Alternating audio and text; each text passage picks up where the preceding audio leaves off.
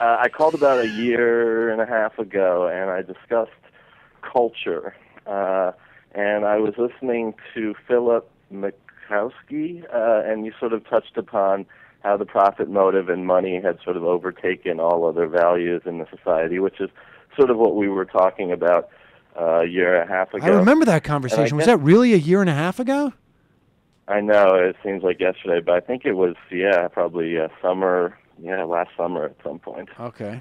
So anyway, I wanted to follow up, which is to say, I read some of the comments after you had posted that conversation on YouTube, and a lot of them were quite defensive.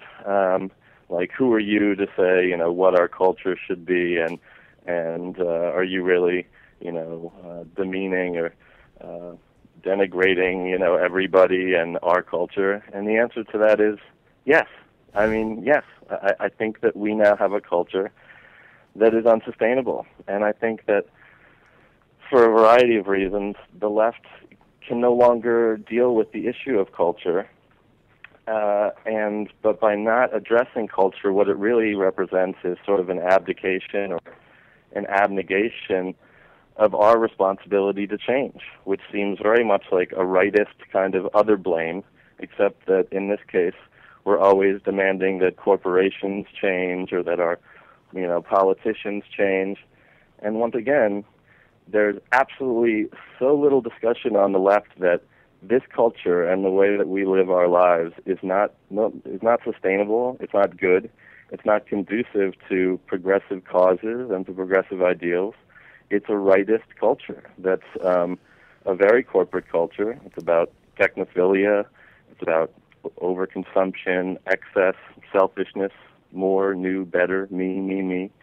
And I think until you address those values, which is to say the norms and the mores and the culture, I really see no possibility that we're going to be able to shape a future that we'll want to see. I think and just to remind people, it was Professor Philip Mirowski, and he had a book. The title escapes me, but it was on basically the intellectual history of neoliberalism, and I agree. I think that you and I, if I recall that conversation, sort of agreed on the critique of culture. I'm not so clear. I'm not so convinced that that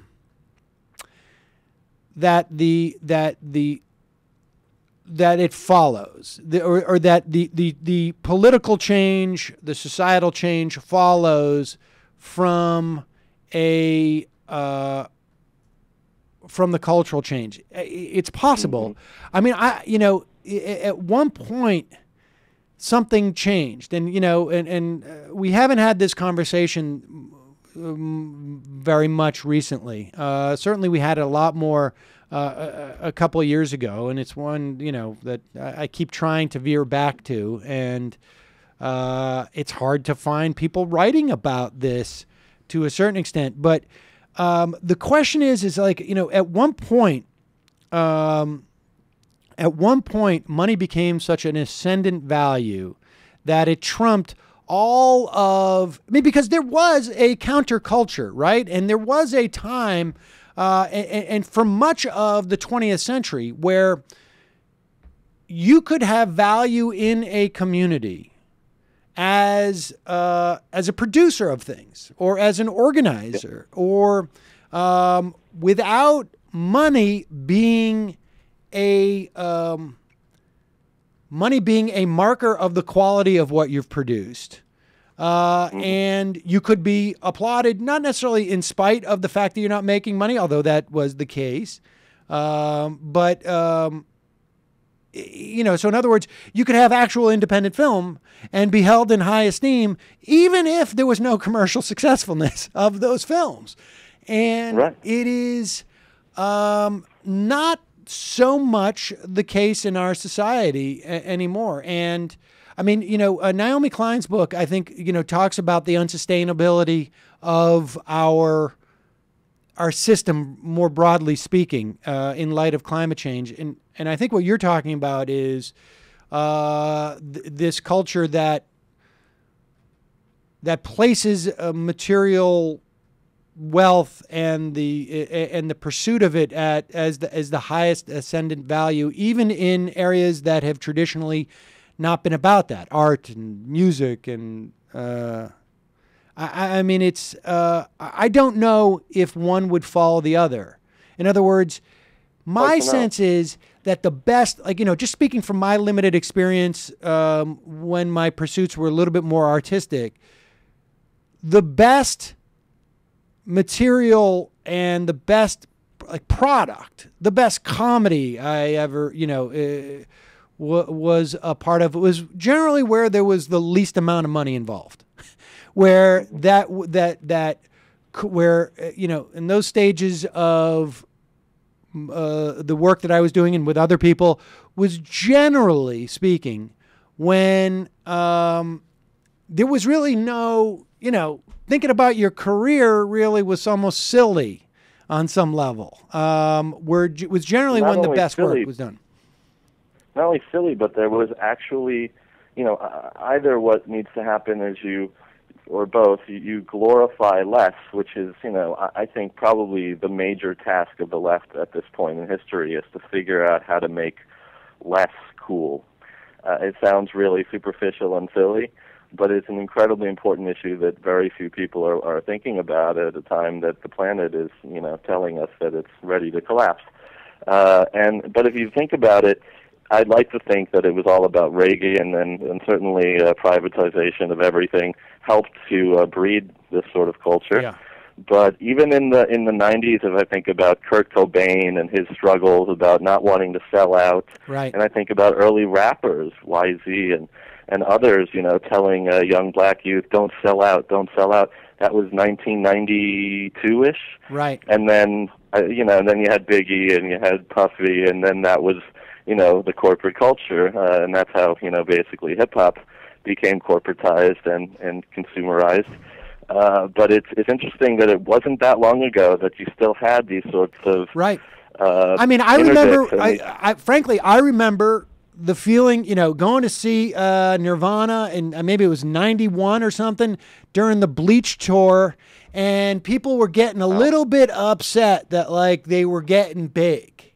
And there was some of that, and maybe that dynamic exists today. I don't know. Because I'm not, but I don't get the sense that it is. I mean, now, but all right, here's just one thing to add into that. And then,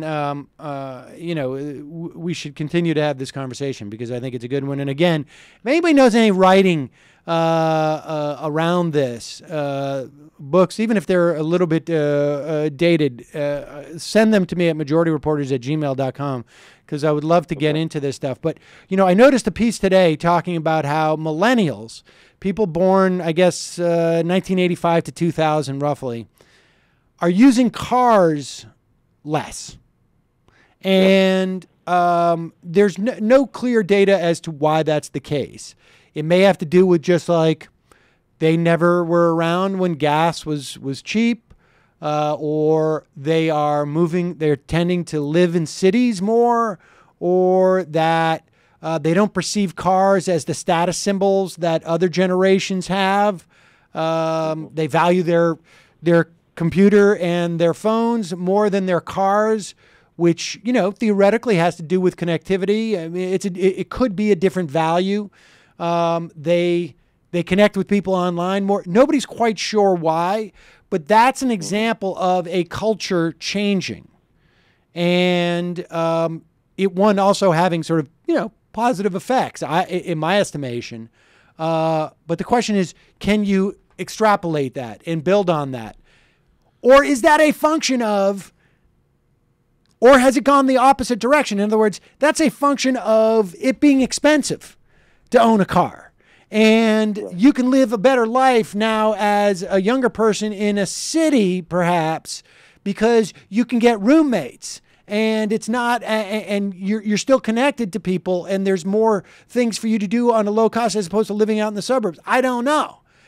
But you see, my point there is that if it was the cost of gas and simply the lack of money that people have to buy a nice car, so they're just not going to engage in cars as a status symbol, then the argument would be that broader policy decisions can affect the culture, as opposed to the culture saying, we don't like cars anymore, and then just them not buying cars. You see what I'm saying? Right. No, I hope that is the case, and I have seen something along to that effect, that the millennials are driving more, but I still see, unfortunately, less. Very much the same kind of consumerism generally. But and I still see, unfortunately, status symbols, especially kind of a compensatory consumerism, as someone who's been to ghettos of various races and creeds. And it doesn't matter if you're in Paraguay in the countryside where everybody's status symbol is a motorbike, or in Kansas where I was, where it's incredibly poor and everybody has a $20,000 house and an $80,000 souped-up Dodge Ram, or whether it's uptown in Harlem where, you see everybody wearing tags on their, hats or shoes to show that these are, brand new and were just bought. And so I still see a lot of that, unfortunately, and it's not anything to do with a specific race or anything like that, but I still see, unfortunately, that, as Leonard Cohen once said, the rich have got their channels in the bedrooms of the poor.